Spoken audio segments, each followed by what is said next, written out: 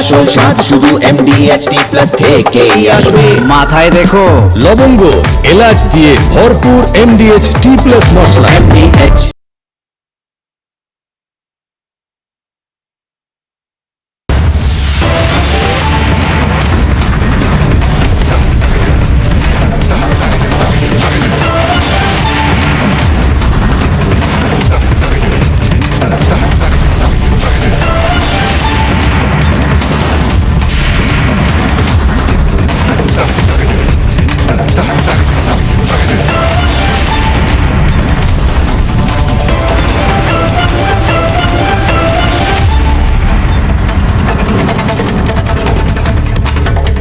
কি আশায় বাঁধি খেলা ঘর বেদনার টুলকিটে।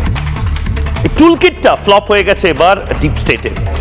ডিপ স্টেট চেয়েছিল বাংলাদেশের মতন শেখ হাসিনা স্টাইলে প্রধানমন্ত্রী নরেন্দ্র মোদীর সরকারটাকে ফেলে দেওয়া। ডিপ স্টেট চেয়েছিল নেপাল বা শ্রীলঙ্কাতে যে কাজটা করছে, বা স্পেনে এই মুহূর্তে মরক্কো থেকে যত শরণার্থী আসছে এবং খুব মেটিকুলাস ডিজাইন করে স্পেনের জনবিন্যাস বদলানোর যে চেষ্টা হচ্ছে ভারতবর্ষে, সেই ল্যান্ড জেহাদ, পপুলেশন জেহাদটাকে বড় আকার দিয়ে ভারতবর্ষেও এরকম একটা ডিজাইন সাকসেসফুল করা। দুর্ভাগ্যবশত এই জিনিস ভারতে যে করা সম্ভব নয় সেটা এখনো পশ্চিমী সাহেবরা বুঝতে পারছে না, বুঝতে পারছে না পাকিস্তানও। দেখুন, এখানে রাগঢাক করার কোনো কথা বা জায়গা নেই। পাকিস্তান আরো দুটো ভাগে ভাগ হতে চলেছে। 1971 থেকে 1977 অব্দি আমরা পাকিস্তানকে দেখেছি। পাকিস্তান থেকে জন্ম নিল আরেকটা দেশ, বাংলাদেশ। পাকিস্তানে শুরু হলো বালুচ মুভমেন্ট। বালুচিস্তান 2026 সালে স্বাধীনতা ঘোষণা করলো এবং যে কোনো দিন বালুচিস্তান একটা আলাদা দেশ হিসেবে স্বীকৃতি পাবে ইউনাইটেড নেশনসের।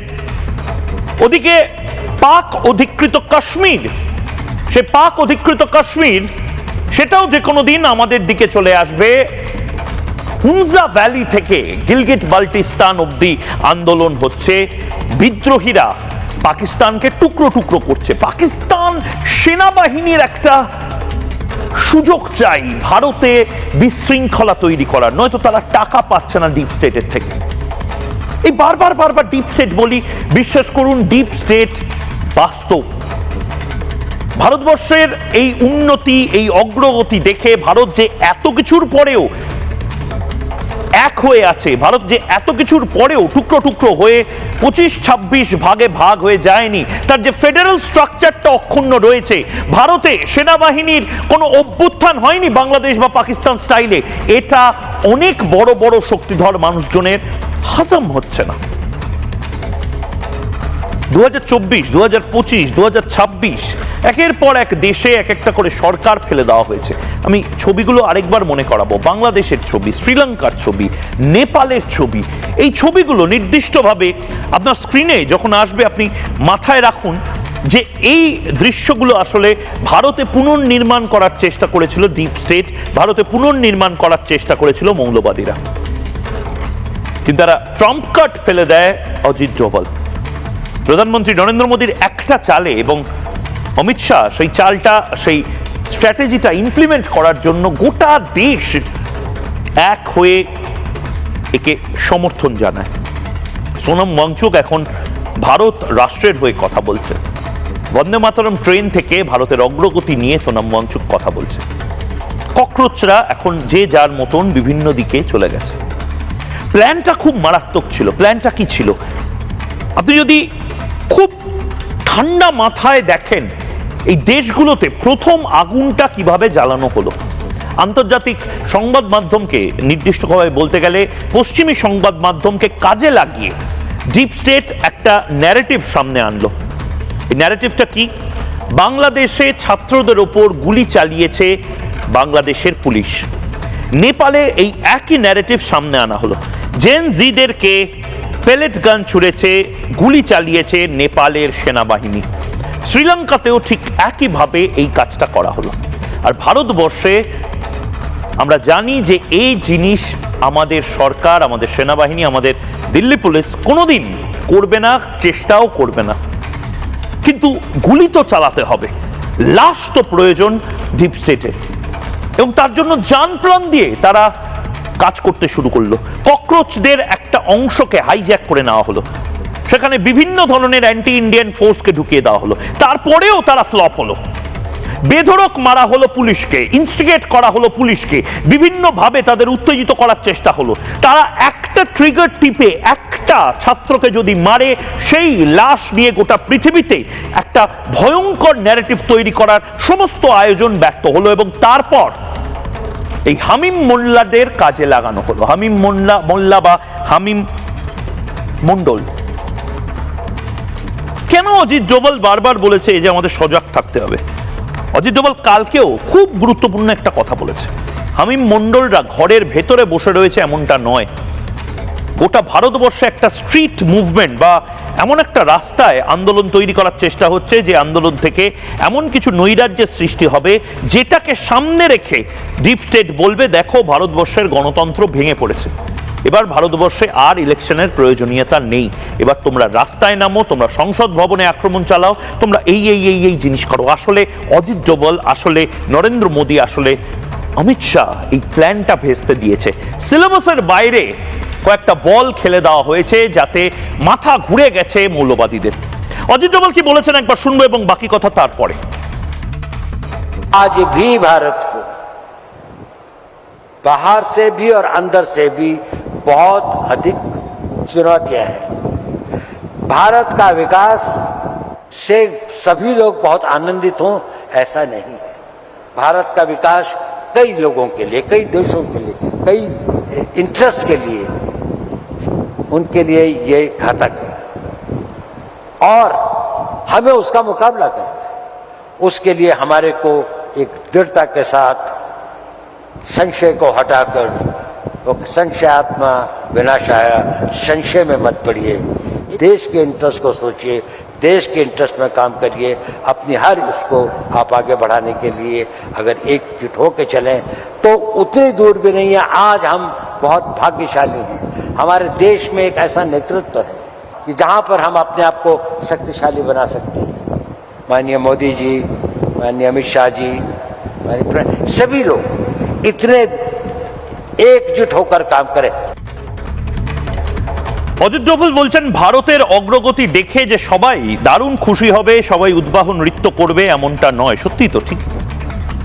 ভারত অগ্রগতি করলে, ভারত ওষুধ বানাতে শিখে গেলে, ভারত সারা পৃথিবীতে সবচেয়ে বেশি ভ্যাকসিন বানাতে শুরু করলে, অনেক ওষুধ কোম্পানি আছে আমেরিকার, যাদের ভালো লাগবে নাকি? ভ্যাকসিনের এই বিরাট বিরাট লবি যারা, তাদের ভালো লাগবে নাকি? ভারত যদি নিজের অস্ত্র নিজে বানায়, ভালো লাগবে নাকি? যারা সারা পৃথিবীতে অস্ত্র সাপ্লাই করে, ভারত যদি নিজের রকেট থেকে মিসাইল নিজে বানায়, ভালো লাগবে নাকি? যারা সারা পৃথিবীতে বিভিন্ন পকেটে পকেটে যুদ্ধ লাগিয়ে বেড়ায় শুধুমাত্র মিসাইল বিক্রি করার জন্য, ড্রোন বিক্রি করার জন্য। ভারত নিজের ড্রোন নিজে বানাচ্ছে। ভারত নিজের একের পর এক ট্রেন সার্ভিস শুরু করছে। এত বড় একটা দেশ, সেই দেশে পাহাড়ে ট্রেন চলছে, সাগরে ট্রেন চলছে, মাটির নিচ দিয়ে ট্রেন চলছে, কিছুদিন পরে হাই স্পিড ট্রেনও চলে আসবে, বুলেট ট্রেন যাকে বলে। যত বড় বড় ইনফ্রাস্ট্রাকচার তৈরি হবে, তত বেশি করে সুযোগ বৃদ্ধি পাবে। সারা পৃথিবীর কর্মসংস্থানগুলোর যে ফোকাল পয়েন্ট, সেটা একটু একটু করে এশিয়ার দিকে আসবে। এশিয়ার উন্নয়ন মানে 4-5টা দেশ একসাথে উন্নয়ন করবে, একসাথে ওপরের দিকে চলে আসবে। এটা ভালো লাগবে নাকি? যারা পৃথিবীর অর্ধেক সম্পত্তি নিয়ে বসে আছেন, আপনারা জানেন নিশ্চয়ই, সারা পৃথিবীর অর্ধেক সম্পত্তি 4-5টা পরিবারের মধ্যে বিভক্ত, এবং সেগুলো বেশিরভাগটাই ইউরোপে এবং আমেরিকান কন্টিনেন্টে। ভালো লাগবে নাকি তাদের?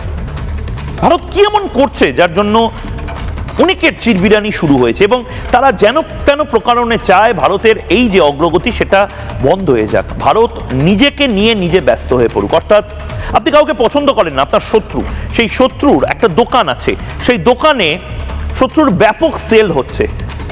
অনেকে আছে না যে সেই দোকানের সামনে রাতের বেলা হয়তো একটা বোতল ভেঙে দিয়ে চলে গেল, সকালবেলা দোকানে এমন একটা কিছু তৈরি করলো যার জন্য সারা দোকানে কাদা ভরে গেছে, হয়তো জঞ্জাল পড়ে রয়েছে, সেটা পরিষ্কার করতে করতেই দোকান মালিকের সারাটা দিন চলে গেল। সে কি ব্যবসায় মন দিতে পারবে?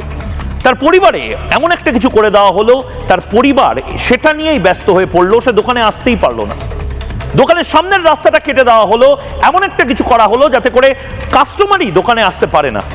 ভারতের ক্ষেত্রে এবারও যদি আমি এই উদাহরণটা রাখি, ডিপ স্টেট বা কিছু অত্যন্ত শক্তিশালী শক্তি তারা সবসময় চাইছে ভারত নিজের অগ্রগতি নিয়ে যেন ব্যস্ত না থাকে, ভারত যেন ব্যস্ত থাকে নিজের দেশের মধ্যে বিভিন্ন পকেটে পকেটে আন্দোলন অশান্তি নিয়ে, ভারত যেন ব্যস্ত থাকে একটা গৃহযুদ্ধের পরিস্থিতি ভারতে তৈরি হলে, এবং প্রতি মাসে একটা করে গৃহযুদ্ধের পরিস্থিতি যদি রেখে দেওয়া যায়, তৈরি করা যায়, বিভিন্ন সরকারি দপ্তর জ্বালিয়ে দেওয়া যায়, বিভিন্ন ট্রেন পুড়িয়ে দেওয়া যায়, ভারতের জিডিপি ভেতর থেকে একটু একটু করে ধ্বংস হতে শুরু করবে। এবং তার পাশাপাশি কিছু কিছু শক্তি আছে যারা ভারতকে ভেতর থেকে খইয়ে দিতে শুরু করবে, অনুপ্রবেশকারীদেরকে সামনে রেখে ভারতের যে রসদ, সেই রসদ ভাগ হয়ে যাবে। কি করছে এমন ভারত যার জন্য এত কিছু, এত সমস্যা হচ্ছে? আপনার তো বাড়িতে বসে মনে হতে পারে দূর মুইও কিছু বাড়তি কথা বলছে, কি এমন করছে ভারত? অনেক কিছু করছে। এটা মিনমিনে চ্যানেল আপনাকে বলবে না, বোঝাবে না বলে আজকে আমাকে এই অনুষ্ঠানটা করতে হচ্ছে। দয়া করে শুনুন এবং আপনারা ভাইরাল করুন। ভারত এমন 3-4টে জিনিস করছে যেটা আসলে মাথা খারাপ করে দিয়েছে অনেক পাওয়ারফুল লবির, এবং অজিত ডোভাল এটা বিলক্ষণ জানেন। অজিত ডোভাল সে কারণে আমাদেরকে সতর্ক করলেন। প্রধানমন্ত্রী নরেন্দ্র মোদী বিলক্ষণ জানেন, এবং প্রধানমন্ত্রী নরেন্দ্র মোদী জানেন বলে তিনি নিজে ইনস্টাগ্রামে ইনস্টা রিল বানাতে শুরু করলেন। কেন? প্রধানমন্ত্রী নরেন্দ্র মোদীর আরো জনপ্রিয়তা চাই? না, প্রধানমন্ত্রী নরেন্দ্র মোদী এই ইন্টেলিজেন্স রিপোর্ট, এই ইনপুট পেয়েছিলেন যে ভয়ঙ্কর লবির কথা বলা হচ্ছে, যারা বিদেশে বসে আঙুলি হিলনের মাধ্যমে এই গোটা দেশের অশান্তিটা তৈরি করছে। তারা দুটো ন্যারেটিভ সামনে আনতে চাইছে। একদিকে জেন জি বলে বাচ্চা বাচ্চা ছেলে মেয়ে, ভারতেরই বাচ্চা বাচ্চা ছেলে মেয়ে, তাদেরকে প্লেস করা হচ্ছে, এবং তার ঠিক উল্টো দিকে অর্থাৎ প্রতিপক্ষ হিসেবে প্লেস করা হচ্ছে প্রধানমন্ত্রী নরেন্দ্র মোদীকে। সেটা তো নয়, সেটা তো বাস্তব নয়। প্রধানমন্ত্রী নরেন্দ্র মোদীকে প্লেস করার চেষ্টা হয়েছিল ভারতের যে ইয়াঙ্গিস্তান বা যুব সমাজ, তার বিপক্ষে কোনো এক দানবীয় মানুষ হিসেবে। প্রধানমন্ত্রী নরেন্দ্র মোদী এটা বুঝতে পেরে সঙ্গে সঙ্গে বাচ্চা ছেলে মেয়েদের যা যা ডিমান্ড ছিল, যা যা দাবি দাওয়া ছিল, সব কিছু পূরণ করে দিয়ে এই যে প্ল্যানটা, সেই প্ল্যানটা আগে ভাগে ভেস্তে দেয়। ধর্মেন্দ্র প্রধানের রেজিগনেশনটা সিলেবাসেই ছিল না, কিন্তু ডিপ স্টেট বা মৌলবাদীরা বুঝতে পারেনি যে প্রধানমন্ত্রী নরেন্দ্র মোদী আসলে এই মাস্টার স্ট্রোকটা দিয়ে গোটা যে প্ল্যানটা, সেই প্ল্যানটা ভেস্তে দেবেন। কারণ ধর্মেন্দ্র প্রধান আসলে টার্গেট নয়, প্রধানমন্ত্রী নরেন্দ্র মোদীও আসলে টার্গেট নয়। টার্গেট 140 কোটি মানুষের ঐক্যকে, সার্বভৌমত্বকে ভেঙে ফেলা, ভারতের মধ্যে একটা গৃহযুদ্ধ লাগানো।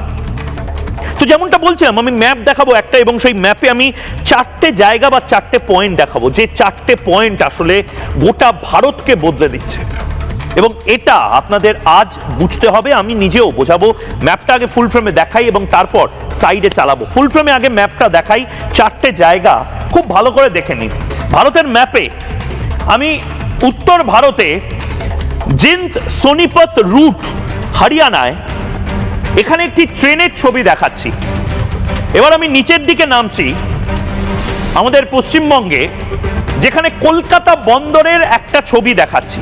এরপর আরো নিচের দিকে আমি নামছি, একদম নিকোবরের দিকে চলে যাচ্ছি, সেখানে নিকোবর বন্দর, সেখানের একটা ছোট্ট ছবি দেখাচ্ছি।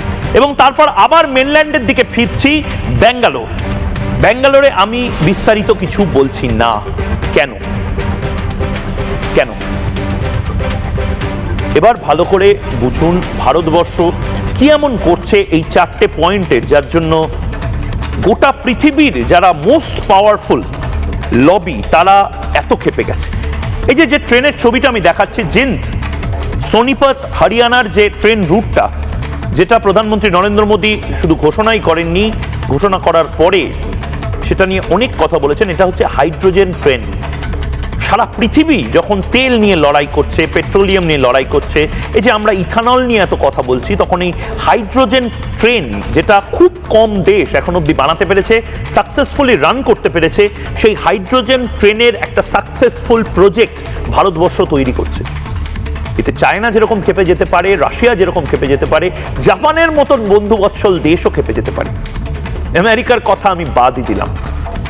আপনার মনে হচ্ছে অজিত দোভাল এমনি এমনি কথাগুলো বলবে যে ভারতের অগ্রগতি দেখে সবাই আনন্দিত হবে না? এই ট্রেনের পর আমি চলে আসছি আমার রাজ্য, আপনার রাজ্য কলকাতায়। এই ট্রেনের পর এবার ম্যাপটা আমি সাইডে চালাবো, যেখানে কলকাতার বন্দর, সেই বন্দরে এমন কিছু হচ্ছে যেটা শুধুমাত্র পশ্চিমবঙ্গ বা ভারতে সীমাবদ্ধ থাকবে না, গোটা এশিয়ায় সীমাবদ্ধ থাকবে। আমি সেটা সাইডে চালানোর জন্য বলবো। এই কলকাতার ম্যাপ, সে কলকাতার ম্যাপে আপনি ভালো করে দেখুন, কলকাতা বন্দরটাকে আমি হাইলাইট করেছি। কি এমন হচ্ছে কলকাতা বন্দরে? আসলে কলকাতা বন্দরে কিছু হচ্ছে না, হচ্ছে কলকাতা বন্দর এবং পশ্চিমবঙ্গের যে মেরিন বা কোস্ট লাইন রয়েছে, যেটা সমুদ্র লাগোয়া যে অঞ্চল, সেটাকে কেন্দ্র করে পূর্ব মেদিনীপুরে একটা বড় ডিপ সি পোর্ট তৈরি হচ্ছে। অর্থাৎ বড় বড় জাহাজ এবার এখানে এসে ভিড়বে।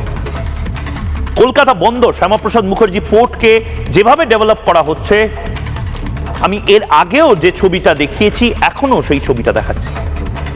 কলকাতাকে কেন্দ্র করে South China Sea, strait of Malacca অর্থাৎ হরমুজ প্রণালীর মতন মালাক্কা প্রণালী এবং নিকোবরের যে গোটা বাণিজ্যটা, সেই বাণিজ্যটা নির্ভর করবে। এরপর কলকাতার পরে আমি সোজা আপনাকে যদি বলি নিকোবরের দিকে আসতে, আপনার মনে থাকবে রাহুল গান্ধী থেকে সোনিয়া গান্ধী সবাই খুব অস্বস্তিতে পড়ে গেছিল এই প্রজেক্টটা নিয়ে। এই প্রজেক্টটা এমন একটা প্রজেক্ট যেটা সাকসেসফুল হলে ভারতবর্ষ, আবারও বলছি, এই প্রজেক্টটা এমন একটা প্রজেক্ট যেটা সাকসেসফুল হলে ভারত এই গোটা বঙ্গোপসাগর এবং ভারত মহাসাগরের অধিপতি হবে। চায়না মাথা তুলে দাঁড়াতে পারবে না। এবং ব্যাঙ্গালোরে এমন কিছু রিসার্চ অ্যান্ড ডেভেলপমেন্ট হচ্ছে, ডিআরডিওর এমন কিছু জিনিস তৈরি হচ্ছে, তারা এমন কিছু জিনিস তৈরি করছে যেটা এখন আমি বলছি না, অন্য কোনো দিন কোনো একটা এপিসোডে বলবো, যেটা ধরে নিন এই গোটা অঞ্চলটাকে, এই গোটা যে নীল জায়গাটা দেখছেন অর্থাৎ যে সমুদ্র, একদিকে আরব সাগর, একদিকে ইন্ডিয়ান ওশান, একদিকে বে অফ বেঙ্গল, এই গোটা নীল যে অঞ্চলটা, নীল যে জায়গাগুলো রয়েছে, সেটা সুরক্ষিত রাখতে সবচেয়ে বড় মাস্টার স্ট্রোক দিচ্ছে। আমি তার মধ্যে বিস্তারিত যাচ্ছি না, কিন্তু শুধু একটা হিন্ট দিচ্ছি। কোয়ান্টাম ফিজিক্স নিয়ে আপনি পড়েছেন, কোয়ান্টাম মেকানিজম নিয়ে আপনি পড়েছেন, আপনি বারবার শুনেছেন সোনার সাউন্ড বা র্যাডারে বিভিন্ন জাহাজের মুভমেন্ট ধরা। সাবমেরিনগুলো কাজ করে, সাবমেরিনের মধ্যেও এই র্যাডার থাকে, আবার সাবমেরিন আসছে কিনা শত্রু দেশে সেটাও ধরা পড়ে এই র্যাডারে। কিন্তু অনেক অত্যাধুনিক যুদ্ধ বিমান রয়েছে যেগুলো র্যাডারে ধরা পড়ে না, স্টেলথ বিমান সেগুলোকে বলা হয়। আমাদের দেশেও স্টেলথ বিমান রয়েছে। এই স্টেলথ এয়ারক্রাফট যেগুলো অনেক সময় একদম স্ট্রেট শত্রু দেশে পৌঁছে যায় র্যাডারে ধরা পড়ার আগে, সেগুলোকে আটকাতে পারে এক এবং একমাত্র কোয়ান্টাম মেকানিজম বা কোয়ান্টাম মেকানিজমে তৈরি হওয়া র্যাডার। ভারতবর্ষের শক্তি আসলে অন্য দেশের ঈর্ষার কারণ হবে। আপনি জানেন কেন অনেকগুলো দেশের টেনশন বাড়ছে? ভারতবর্ষ কোয়ান্টাম র্যাডার তৈরি করতে সফল হয়েছে। এই কোয়ান্টাম র্যাডার যদি একবার ভারতবর্ষ তৈরি করে ফেলে এবং বাণিজ্যিকভাবে অন্য দেশকে বিক্রি করতে শুরু করলে, অর্থনীতি শুধু নয়, গোটা এশিয়ার সিকিউরিটি অ্যাপারেটাস বদলে যাবে। কি এই কোয়ান্টাম র্যাডার, যেটা নিয়ে ভারতবর্ষ এত বেশি সাকসেসফুল হতে পারে বলে অনেকের চিরবিরানি বাড়ছে। ভারতবর্ষকে টুকরো টুকরো করে দেওয়ার প্ল্যান প্রোগ্রাম তৈরি হচ্ছে এবং আপনি ধারণা করতে পারবেন না কত হাজার কোটি টাকা প্রতি মাসে ঢোকানোর চেষ্টা হচ্ছে। মানে যে কাউকে বলা হচ্ছে তুমি ভারতকে টুকরো করতে পারবে, তুমি নর্থ ইস্টকে আলাদা করতে পারবে, তুমি বাংলাকে অশান্ত করতে পারবে, কোটি কোটি টাকা তোমার ব্যাংক অ্যাকাউন্টে ঢোকানো হবে, কিন্তু তোমাকে এইটা সাকসেসফুল করতে হবে। অজিত ডোভাল, কেন্দ্রীয় গোয়েন্দারা এই প্ল্যানটাকে সাকসেসফুল করতে দিচ্ছে না, স্বরাষ্ট্র মন্ত্রী অমিত শাহ এই প্ল্যানটাকে সাকসেসফুল করতে দিচ্ছে না। কি কোয়ান্টাম র্যাডার? কোয়ান্টাম র্যাডার প্রযুক্তি কি একবার ফুল ফ্রেমে দেখবো এবং তারপর পাশে চালানোর জন্য বলবো। কোয়ান্টাম র্যাডার সীমান্তে প্রতিরক্ষায় এক নতুন প্রযুক্তি, যেটা ভারত নিজস্ব স্বদেশীয় প্রযুক্তিতে ডেভেলপ করতে পেরেছে। দেশীয় প্রযুক্তিতে কোয়ান্টাম র্যাডার তৈরি করা ভারতের জন্য বিরাট বড় এক সামরিক সাফল্য।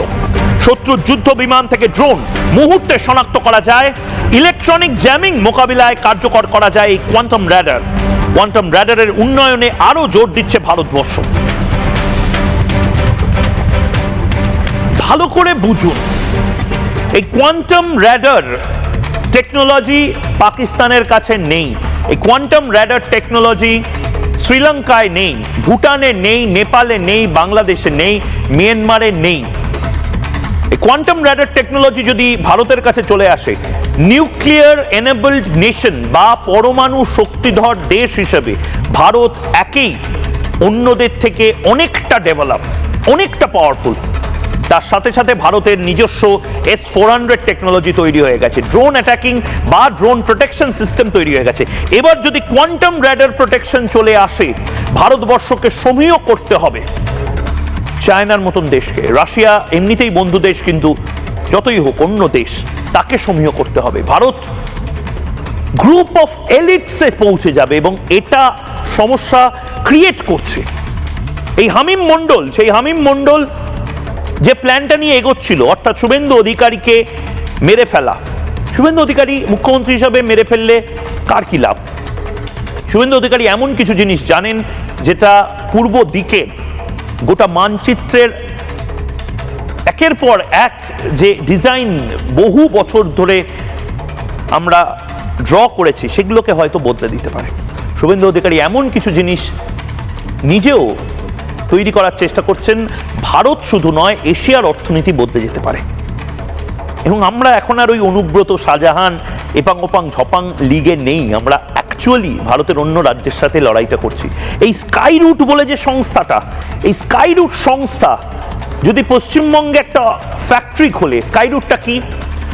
অরবিটাল বা অরবিটে রকেট পাঠানোর যে প্রযুক্তি, সেই প্রযুক্তি ভারত আগেই আয়ত্ত করেছে। এখন ইলন মাস্কের মতন কোম্পানি ভারতে, ভারতীয়দের কোম্পানি, তারা এটা বানাচ্ছে। এর মানেটা কি? এর মানেটা হলো ভারত একসাথে অনেককে টেনশনে ফেলে দিচ্ছে।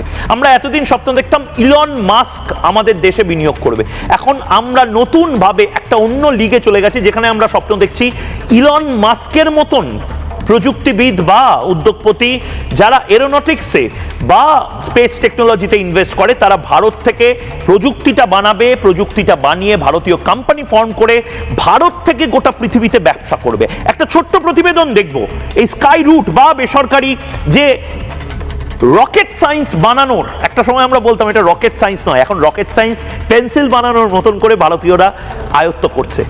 হিংসা হবে না আপনার মনে হচ্ছে? ভারত ভাঙার চক্রান্ত হবে না? কোটি কোটি টাকা ঢালা হবে না? এই খারিজি মাদ্রাসা হোক বা হামিম মণ্ডল যারা বর্ধমানে ধরা পড়েছে, তাদেরকে টাকা ফানেল করা হবে না আপনার মনে হচ্ছে? লম্বা ভাবুন, তার কারণ বাংলা অনেকটা বদলে যাবে অনেক কিছুর মাধ্যমে। স্কাই রুটের একটা ছোট্ট প্রতিবেদন এবং তারপর আমি অতিথিদের কাছে যাব। 10, 9, 8, 7, 6, 5, 4, 3, 2, 1, 0.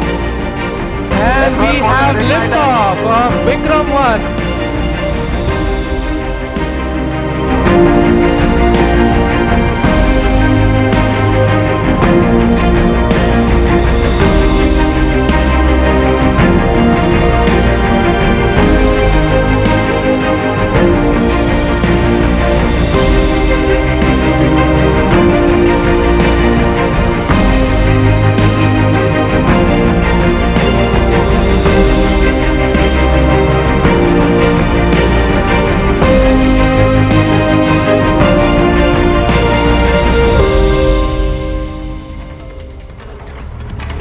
আমি এতক্ষণ ধরে ভারতে কি চলছে সেটা দেখাচ্ছিলাম। এবার আমি স্পষ্টভাবে জানাতে চাই, ভারতে এই জিনিসগুলো কি করে বন্ধ করে নেওয়া যায় সেটা টুলকিট তৈরি করেছে বিদেশি শক্তিরা। আমি আবার সেই এক্সাম্পলটা আপনার সামনে দিচ্ছি। কোনো ব্যবসায়ী সে চাইবে তার পাশে আরেকটা ব্যবসায়ী, সে বিরাট বড় একটা শোরুম খুলেছে। প্রথম ব্যবসায়ী, তার 70 বছরের কোম্পানি, তার 70 বছর ধরে শাড়ির ব্যবসা। পাশের যে কোম্পানিটা, সেই কোম্পানিটারও দীর্ঘ একটা লেগেসি আছে, কিন্তু সেই কোম্পানিটা বিগত 15-20 বছর ধরে বিরাট ব্যবসা করার একটা স্বপ্ন দেখিয়েছে, প্রচুর সেলও হচ্ছে। কোনো ব্যবসায়ী চাইবে যে পাশের যে ব্যবসায়ী সে নিশ্চিন্তে ব্যবসাটা করুক? ভারতবর্ষ এখন সেই নতুন ব্যবসায়ী হিসেবে, নতুন বণিক হিসেবে গোটা পৃথিবীতে স্বপ্ন দেখাচ্ছে। এবং ভারতকে ডিস্টেবিলাইজ করার যে প্ল্যান, সেই প্ল্যানটা আজকের নয়, দীর্ঘদিন ধরে। ভারতকে তিনভাবে ডিস্টেবিলাইজ করার প্ল্যান। এক, ডিপ স্টেট ডিরেক্টলি গোটা পৃথিবীর যে পাওয়ারফুল লবি, সেই লবিকে ব্যবহার করে ভারতকে ডিস্টেবিলাইজ করবে, বিভিন্ন পদে পদে ভারতকে আটকানোর চেষ্টা করবে। দুই, বাণিজ্যিকভাবে বিভিন্ন রাষ্ট্র আপনারা দেখেন যে ভারতকে আটকানোর জন্য বিভিন্নভাবে পায়তারা বসে। তিন, ভারতের মধ্যেই যেটাকে বারবার বলা হয়েছে .5-এর যে ফ্রন্ট, অর্থাৎ ভারতের মধ্যেই অনেক ঘুনপোকা আছে যারা ভারতকে একটু একটু করে খেয়ে নষ্ট করার চেষ্টা করবে, মূলত এনজিও লবিকে কাজে লাগিয়ে ভারতকে ডিস্টেবিলাইজ করার চেষ্টা হবে। এবং চার, সবচেয়ে বড় একটা ডিপ স্টেটের দালাল দেশ রয়েছে যার নাম পাকিস্তান। পাকিস্তান নিজে টুকরো টুকরো হয়ে যাচ্ছে, পাকিস্তানের কিছু তো করতে হবে। পাকিস্তান টাকা খেয়ে বসে আছে বিভিন্ন শক্তিশালী দেশে, লোন ফেরত দিতে পারছে না পাকিস্তান দেশটা এবার ঘটিবাটির মতন বিক্রি হয়ে যাবে, কিছু তো করতে হবে। পাকিস্তান সেনাবাহিনী, আইএসআই, তারা নির্দিষ্টভাবে এখন সুপারি দিচ্ছে এই হামিম মণ্ডলদের ভারতে থেকে ভারতের মধ্যে ডিস্টেবিলাইজেশনের বিভিন্ন রুট চালু করো। দিল্লির যে হিংসার ঘটনা, সেই হিংসার ঘটনাটা আমি বারবার বলছি, দিল্লিতে যেটা হয়েছে, হ্যাঁ সেটা প্রথমে প্রাথমিকভাবে ছাত্র আন্দোলন ছিল, কিন্তু তারপর দিল্লির এই ছাত্র আন্দোলনকে যেভাবে ডিপ স্টেট হাইজ্যাক করে নেয় হামিম মণ্ডলরা, আপনি জানেন, আপনি যদি না জানেন আরেকবার আমি জানিয়ে রাখতে চাই, হামিম মণ্ডল, সেই হামিম মণ্ডল যে বর্ধমান থেকে ধরা পড়েছে, হামিম মণ্ডল চেষ্টা করেছিল দিল্লিতে পুলিশের উর্দি পরে ভিড়ের সাথে মিশে গিয়ে ব্রাশ ফায়ারিং করার। অর্থাৎ যে ভয়টা আমরা পাচ্ছি, সেই আগাম সতর্কতা ভারতের গোয়েন্দারা নিয়ে এই হামিম মণ্ডলদের অ্যারেস্ট করেছে। শুধু নয়, ভারতবর্ষের যারা নিয়ন্ত্রক শক্তি, তারা এই গোটা যে প্ল্যানটা সেটাকে নিউট্রালাইজ করেছে। কিভাবে? হামিম মণ্ডলরা, একটা হামিম মণ্ডল ধরা পড়েছে, এরকম অনেক হামিম মণ্ডল ঘুরে বেড়াচ্ছে, তাদেরকেও এক এক করে নিউট্রালাইজ করার আগে মূল যে বিষয়টা নিয়ে জটিলতা ছিল সেটাকেই বাড়ি পাঠিয়ে দেওয়া হয়েছে। ধর্মেন্দ্র প্রধান রেজিগনেশন দিয়েছে, প্রধানমন্ত্রী নরেন্দ্র মোদী বাচ্চাদের সাথে কথা বলেছে, যারা মূলত এই আন্দোলনটা করতো তাদের একটা বড় শ্রেণী তারা আবার বিদেশে ফিরে গেছে, সোনাম ওয়াংচুক ধর্ণা তুলে নিয়ে ভারত রাষ্ট্র এবং ভারতের উন্নয়ন নিয়ে কথা বলছে, প্ল্যানটা ভেস্তে দিয়েছে। গৌরব শর্মা, IGSTF কি বলেছেন একবার শুনবো এবং বাকিদের প্রতিক্রিয়া নেব। দিল্লিতে যে আমাদের যে যন্তর মন্তরে যে রিসেন্টলি স্টুডেন্ট প্রোটেস্ট হলো, সেখানে দেওয়ার আস্কিং হিম কি ও পুলিশ ইউনিফর্ম কোনো মতো অ্যারেঞ্জ করে ওখানে গিয়ে একটা কোনো নাশকতার একটা প্ল্যানিং ছিল, কোনো একটা ডিস্টারবেন্স ক্রিয়েট করার প্ল্যানিং ছিল। অর্থাৎ খুব নির্দিষ্টভাবে, আমার বলার সময়ও গলা কাঁপছে, মানে ভাবুন জাস্ট, এই প্ল্যানটা যদি সাকসেসফুল হতো পাকিস্তানি ISI এবং জৈশ-এ মোহাম্মদের, আমাদের মতন দেখতে মন্তেশ্বরের বাসিন্দা হামিম মণ্ডল, বাবার নাম মঈনুদ্দিন মণ্ডল, সে আমার আপনার মতন দেখতে, আধার কার্ড নিয়ে, আমার আপনার মতন দেখতে, মানি ব্যাগে ভোটার কার্ড নিয়ে, পাকিস্তানের কথায় ভারতের দিল্লির পুলিশের উর্দি পরে যদি বাচ্চা বাচ্চা ছেলে মেয়েদের ওপর ব্রাশ ফায়ারিং, মানে গুলি করতে করতে একটা গুলি বর্ষণ করতে শুরু করত, শকুনের মতন কিছু লোক বসেছিল যারা সত্যি কি মিথ্যে কি এগুলো যাচাই করার আগে থেকেই ন্যারেটিভ নামিয়ে দিত। লন্ডনে বসে, আমেরিকায় বসে, দেখো ভারতবর্ষে বাংলাদেশ স্টাইলে ক্র্যাকডাউন শুরু হয়েছে। শেখ হাসিনার পরে প্রধানমন্ত্রী নরেন্দ্র মোদীর ছবি নিয়ে শুরু হতো next step movement. Unfortunately Ajit Doval, প্রধানমন্ত্রী নরেন্দ্র মোদী, অমিত শাহ এই প্ল্যানটা ভেস্তে দিল। আজমল কাসাবের কথা মনে আছে? আজমল কাসাবকেও পাকিস্তানিরা ঠিক এভাবেই, ভারতীয় ডকুমেন্টেশন শুধু নয়, যদি সে মারা যেত তাকে যেন হিন্দু হিন্দু দেখতে লাগে, তার জন্য লাল তাগা তার হাতে বেঁধে দেওয়া হয়েছিল, গলায় মাদুলি পরিয়ে দেওয়া হয়েছিল। এবং আজমল কাসাব যদি মারা যেত, অলরেডি এই ন্যারেটিভটা নামিয়ে দেওয়া হয়েছিল যে আজমল কাসাব হয়তো ভারতীয়। বিরাট বড় একটা চক্রান্ত, যেটা নিয়ে মিনমিনে মিডিয়া কথা বলবে না আনফর্চুনেটলি।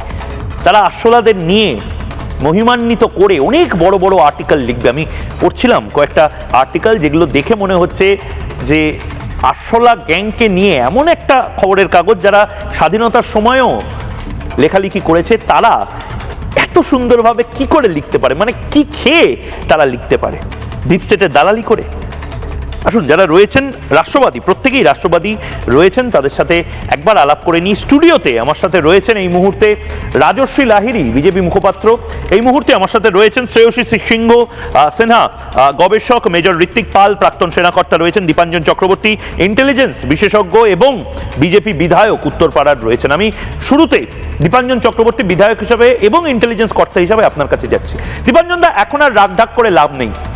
ধর্মেন্দ্র প্রধান কেন রেজিগনেশনটা হঠাৎ করে দিল এবং দেওয়ার সঙ্গে সঙ্গে তিনি লিখলেন যে ভারত বিরোধী শক্তিরা ডমিনেট করতে চেষ্টা করছিল, ভয়ঙ্কর নাশকতার কোনো প্ল্যান ছিল, আমি এগুলো চাইনি বলে আমি স্টেপ ডাউন করছি। কেন প্রধানমন্ত্রী নরেন্দ্র মোদী রাত 12টায়, যেটাকে ইনস্টাগ্রামের ভাষায় গোল্ডেন আওয়ার বলে, একদম জেনজিদের মতন নরেন্দ্র মোদী ইনস্টাগ্রামার হয়ে একের পর এক ভিডিও বম্বিং, বাচ্চারা বলে, ভিডিও বম্বিং করতে শুরু করলেন?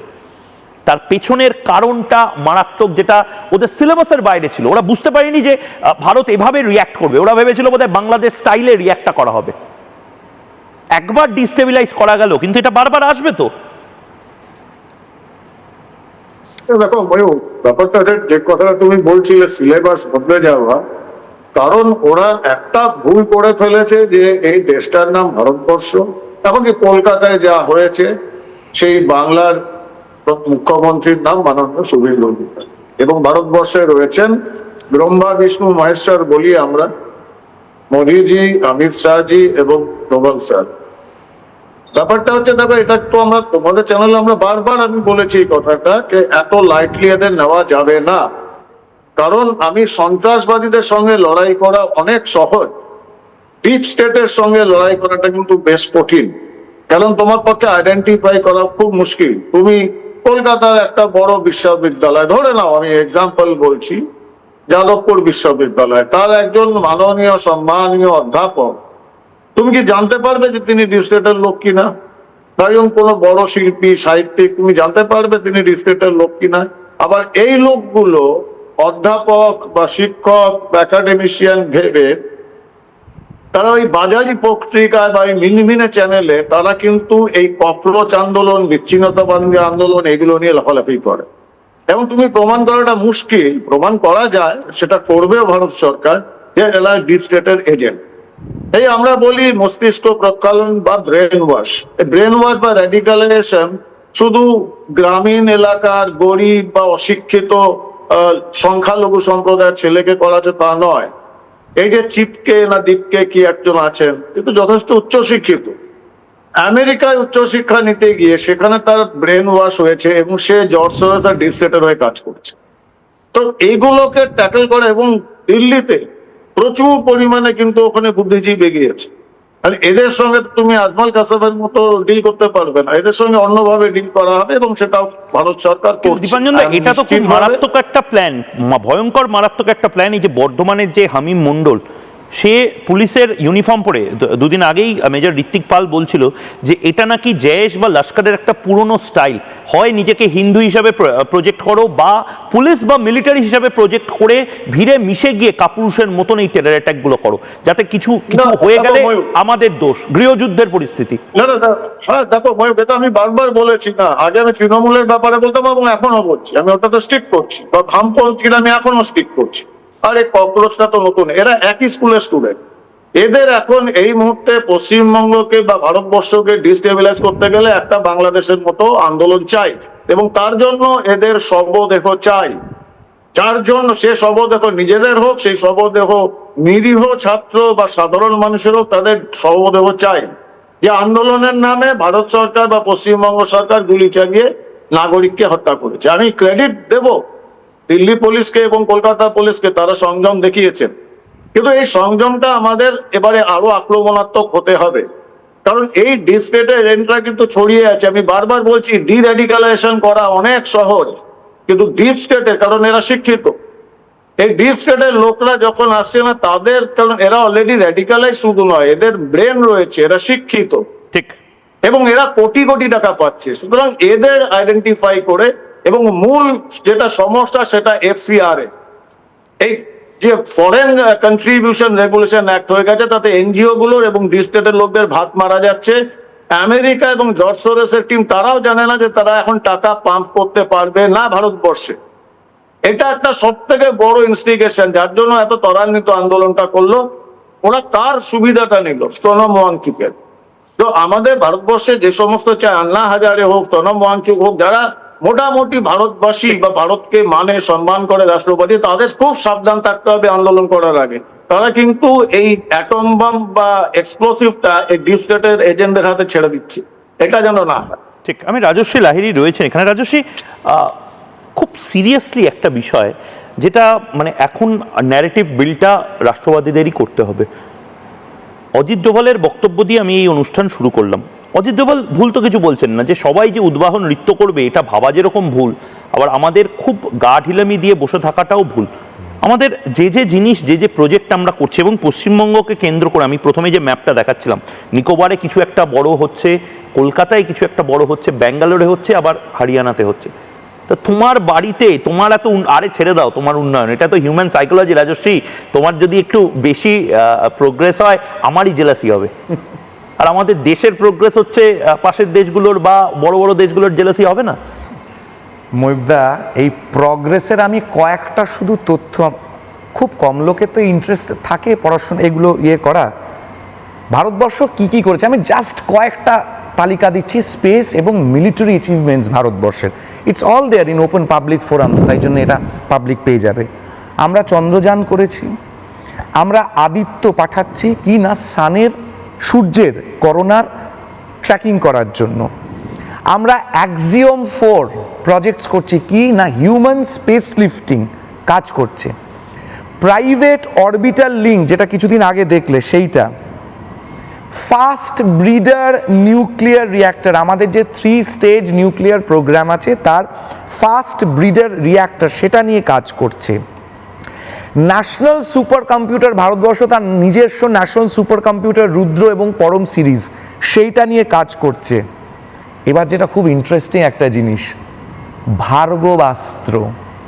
ভার্গবাস্ত্র কি? Multi micro missile counter system, এই নিয়ে ভারতবর্ষ কাজ করছে। মানে 4-5 দিক থেকে যদি মিসাইল আক্রমণ হয়, যে জিনিসটা আমরা অপারেশন সিঁদুরের সময় দেখেছি, এইটা আরো বড় এরিয়ায় এটাকে কিভাবে ট্যাকেল করা যায়, এই নিয়ে ভারতবর্ষ কাজ করছে। ই বম্ব নিয়ে ভারতবর্ষ কাজ করছে, অ্যানাদার ইন্টারেস্টিং প্রজেক্ট, ই বম্ব লক্ষ্য। এটা কি? ইলেকট্রোম্যাগনেটিক শক ওয়েভস জেনারেট করবে কোন জায়গাতে, মনে করো কোথাও একটা বোমাতঙ্ক হলো, রাস্তার এখানে, ওই শপিং মল, ওই স্কুল, ওই রেলওয়ে স্টেশন, কোথাও একটা বোমা পাওয়া গেছে বলে ফোন এসছে, একটা বোমাতঙ্ক হয়েছে। লক্ষ্য ই বম্বিং ডিভাইস তৈরি করছে ভারতবর্ষ, স্ট্রং ইলেকট্রোম্যাগনেটিক শক ওয়েভস ছেড়ে দিয়ে ওই বম্বিং এর যে সার্কিটসগুলো থাকে সেগুলোকে পুরো ধ্বংস করে দেবে, ডেস্ট্রয় করে দেবে। বসে একটা জায়গায় হয়ে যাবে, ওই কাউকে নিয়ে ওরকম ভাবে ওই খুঁজে বার করা, ওই তার কাটা, ওই ব্যাপার থেকে আস্তে আস্তে জায়গায় চলে যাচ্ছে। ফোটনিক র্যাডার তৈরি করছে ভারতবর্ষ, 3x4 সেন্টিমিটার ইমেজ পর্যন্ত ক্লিয়ার, ক্রিস্টাল ক্লিয়ার দেখতে পাওয়া যাবে সেই র্যাডার আইডেন্টিফিকেশন। আর আইআইটি মাদ্রাস যা দারুণ কাজ করছে, তুমি ব্যাঙ্গালোর বললে, ব্যাঙ্গালোর থেকে ঠিক পাশেই একটু দূরে 155M artillery guns, ramjet powered shells, এগুলোকে তৈরি করা। এই যে ভারতবর্ষের যে একটা প্রাচীন জ্ঞান আছে, আরে আমরা তো হাড় হাবাতে মূর্খ ওই উলঙ্গ হয়ে ঘুরে বেড়ানো একটা সভ্যতা ছিলাম না। আমাদের তো অনেক কিছু প্রথম, চোখের সার্জারি প্রথম, ব্রেনের সার্জারি প্রথম, প্লাস্টিক সার্জারি প্রথম, হাড় জোড়া প্রথম, আয়ুর্বেদের চিকিৎসা থেকে প্রথম। মহাকাল উজ্জয়িনীতে যখন 12টা মধ্যাহ্ন, তখন পশ্চিম প্রান্তে যে জায়গাটাকে আইডেন্টিফাই করা হচ্ছে পেরু বলে, সেখানে সূর্যের কি অবস্থান, একদম পূর্ব প্রান্তে যেখানে কম্বোডিয়া আজকের, সেইখানে দাঁড়িয়ে সূর্যের অবস্থান কি। প্রাচীন ভারতবর্ষের পুঁথিগ্রন্থে আমরা কোথার থেকে পেলাম? মহাভারতের যুদ্ধ শুরুর আগে ধৃতরাষ্ট্র সঞ্জয়কে জিজ্ঞাসা করছেন পৃথিবী কিরকম দেখতে, কি বর্ণনা মহাভারতের মধ্যে, উল্টো করে একটা খরগোশ এবং দুটো বটের পত্র বিশাল সমুদ্রে ভেসে বেড়াচ্ছে। এই হচ্ছে 3,500 বছর আগে লেখা। যদি আমি ধরেও নিই যে 3,500 বছর আগেই মহাভারতের অরিজিনাল ডকুমেন্টেশন পাওয়া যাচ্ছে, লিখিত পাওয়া যাচ্ছে, 3,500 বছর আগে কি করে স্পেস থেকে কি আছে সেটা বোঝা গেল। আমাদের গ্রহ নক্ষত্র এই কোপারনিকাস আর এরা বলে গেছে পৃথিবী গোল। আরে মশাই, পৃথিবী গোল তো আমাদের পূর্বপুরুষরা বলে গেছে, আমাদের প্রত্যেকটা জায়গায় বলা আছে। এই যে জায়গাটাতে মোদি, অমিত শাহ এরা যে ভারতকে ভারতে প্রত্যাবর্তন করতে চাইছে, we are not a snake charmers country, আমরা স্নেক চার্মারের সিভিলাইজেশন নই, এইটাতে অনেকের গাত্রদাহ। এবং আজকে যাদেরকে মুখ হিসেবে দেখা যাচ্ছে এরা কারা, এদের প্রকৃত পরিচয়, যে নিজের পদবী দাস বলে বলছে আজকে, সে আদৌ দাস না সে জন্মসূত্রে নেপালি, তার আসল বাবা কে? এই যে ইনফিলট্রেট করতে গিয়ে নেপাল বর্ডারে ধরা পড়েছে ওয়ান্টেড খালিস্তানি লোকেরা, এরা কিভাবে নেপাল বর্ডার ইনফিলট্রেট করে যে এই ফাঁকতালে একটা ঢোকানোর চেষ্টা করছিল কিছু খালিস্তানিকে। এই প্রতিটা জিনিস 9 লক্ষ 10 লক্ষ টাকা বাড়ি ভাড়া দিয়ে দিল্লির সব থেকে ভালো জায়গাগুলোর মধ্যে অন্যতম একটা বেকার ছেলে থাকছে কি করে, এগুলো খুঁজে বার করতে হবে না? এর পেছনে টাকা কোথার থেকে আসছে? গুজরাটি বিরিয়ানি, এই যে জুনেদ বলে যে লোকটাকে দেখা গেছে, এ ওয়াকফ অ্যামেন্ডমেন্ট প্রটেস্ট সেখানে খাবার খাইয়েছে, এ শাহিনবাগ প্রটেস্ট সেখানে খাবার খাইয়েছে, এ 2026-এ এখানে খাবার খাইয়েছে। ভাই, এত টাকা আসছে কোথার থেকে, তোমরা পাচ্ছ কোথার থেকে?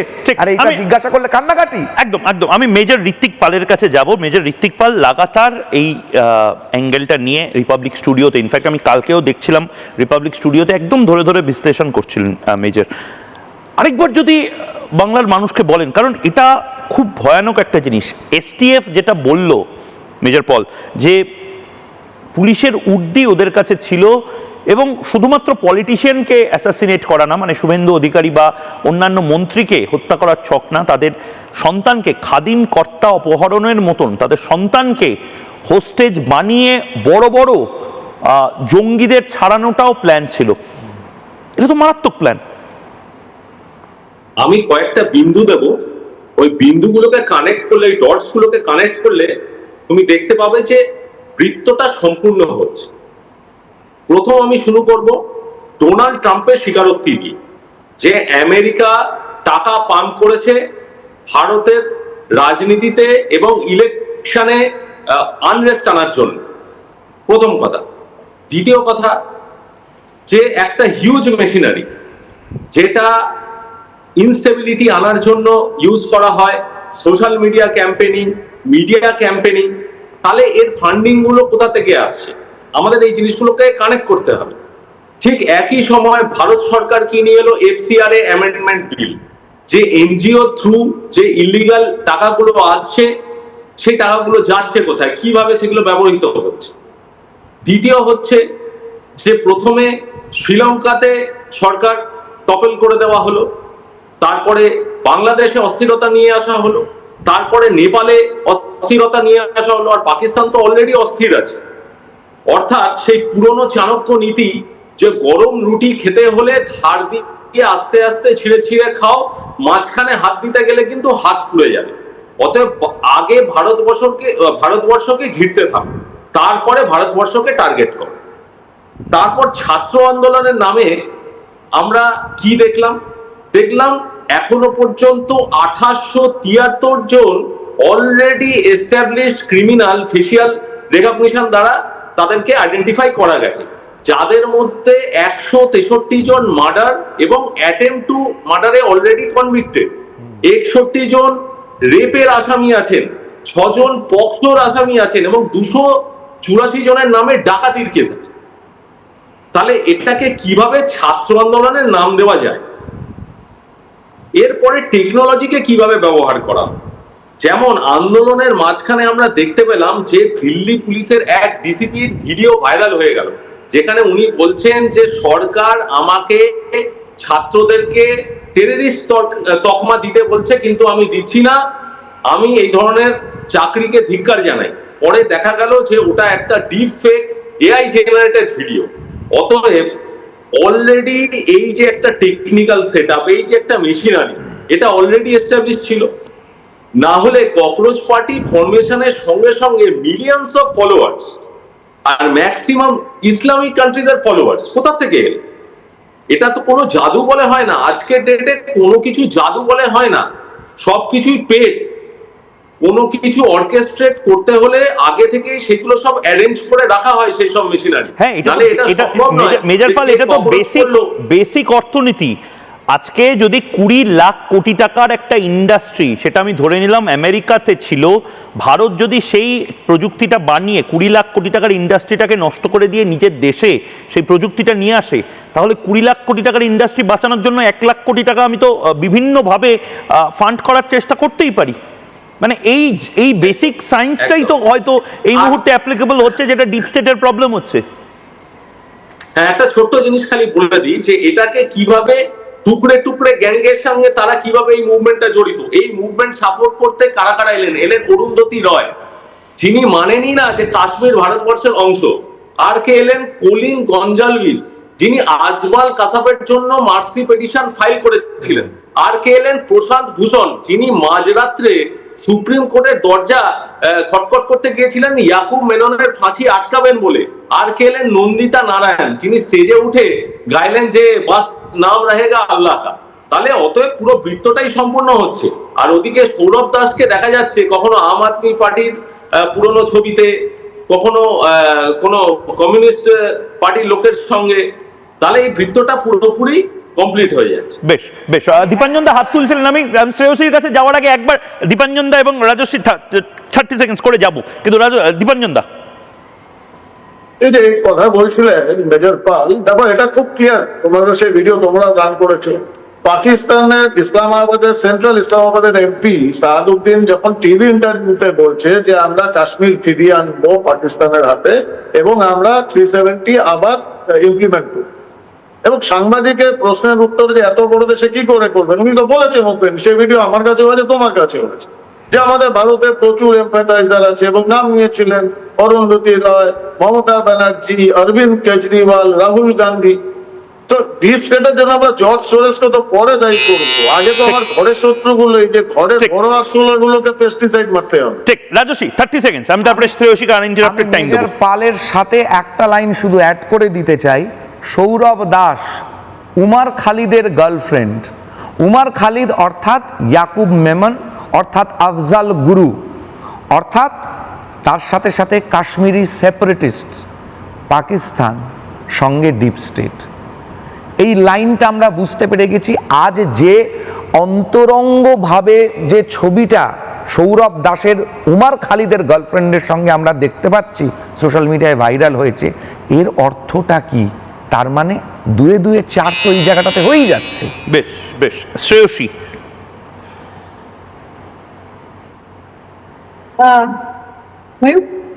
এমনি কিছু বলবো, প্রশ্ন হবে?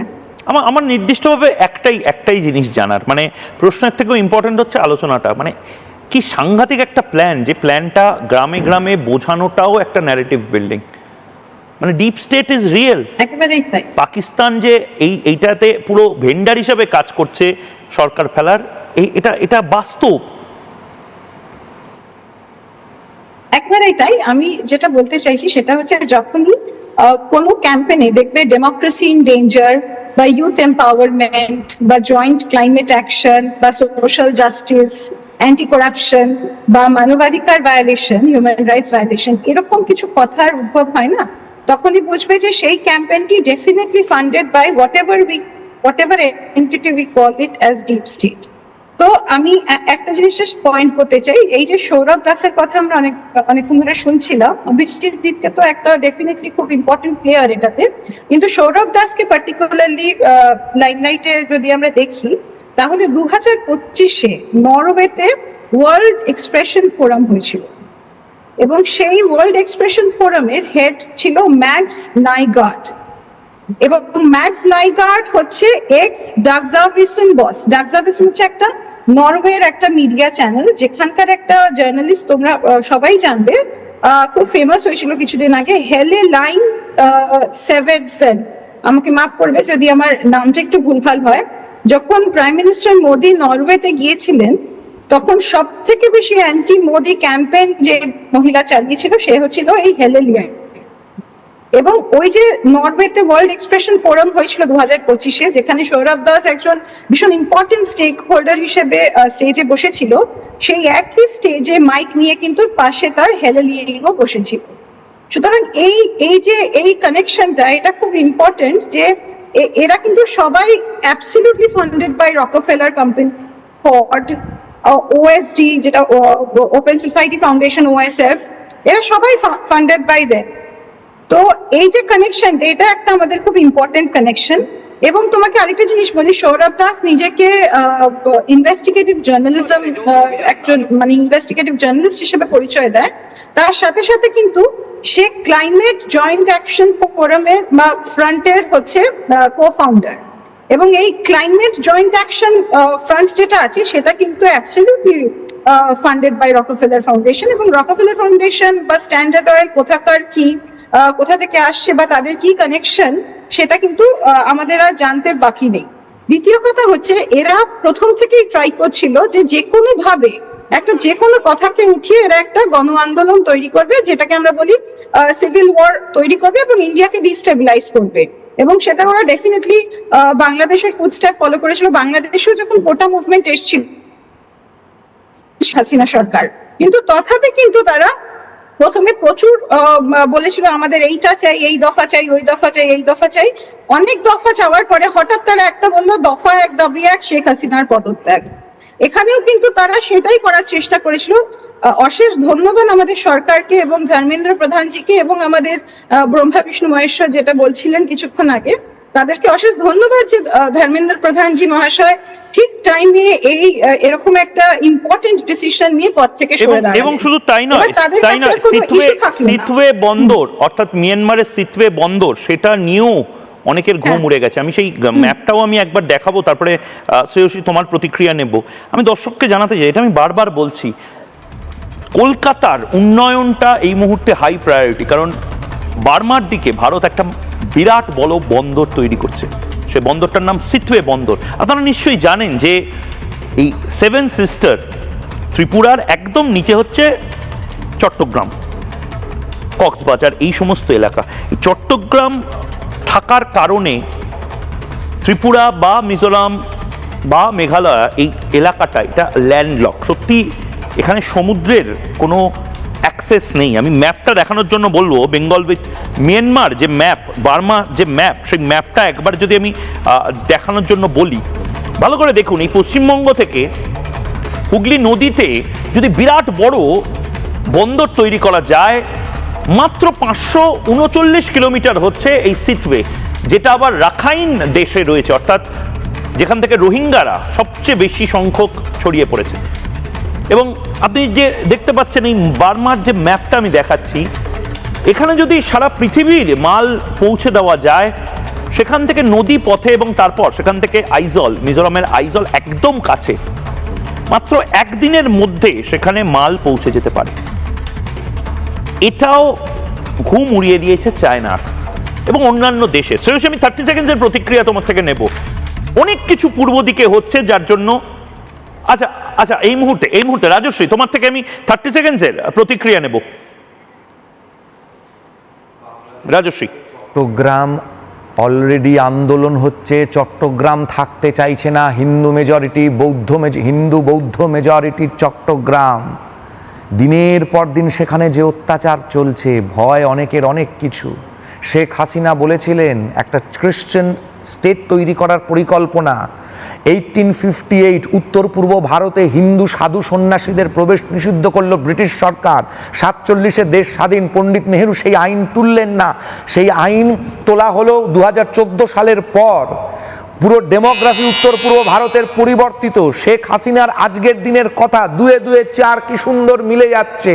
চট্টগ্রাম হিন্দু বৌদ্ধ মেজরিটি থাকা সত্ত্বেও কংগ্রেস সেটাকে অ্যাকসেপ্ট করলো না।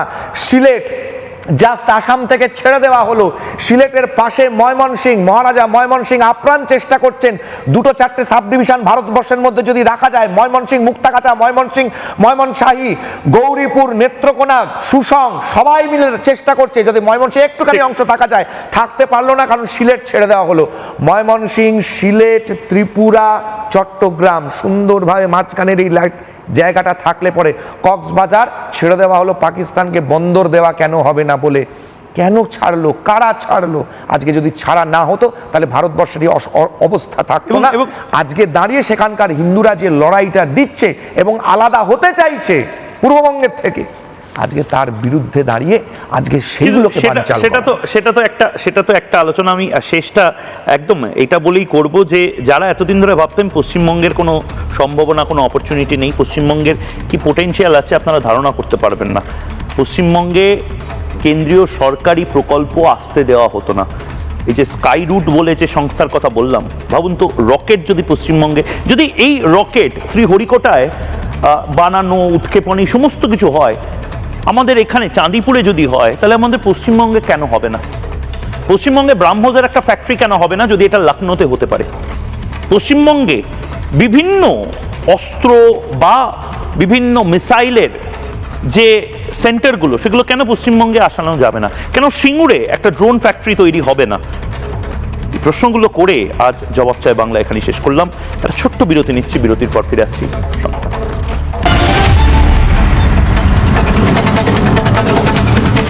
MDH দম আলু, ডাল তড়কা এবং মাশরুম মশলা। MDH দিয়ে রান্না খাবার হবে মজাদার। MDH আপনাকে সর্বদা নতুন স্বাদ দিতে প্রতিবদ্ধ। MDH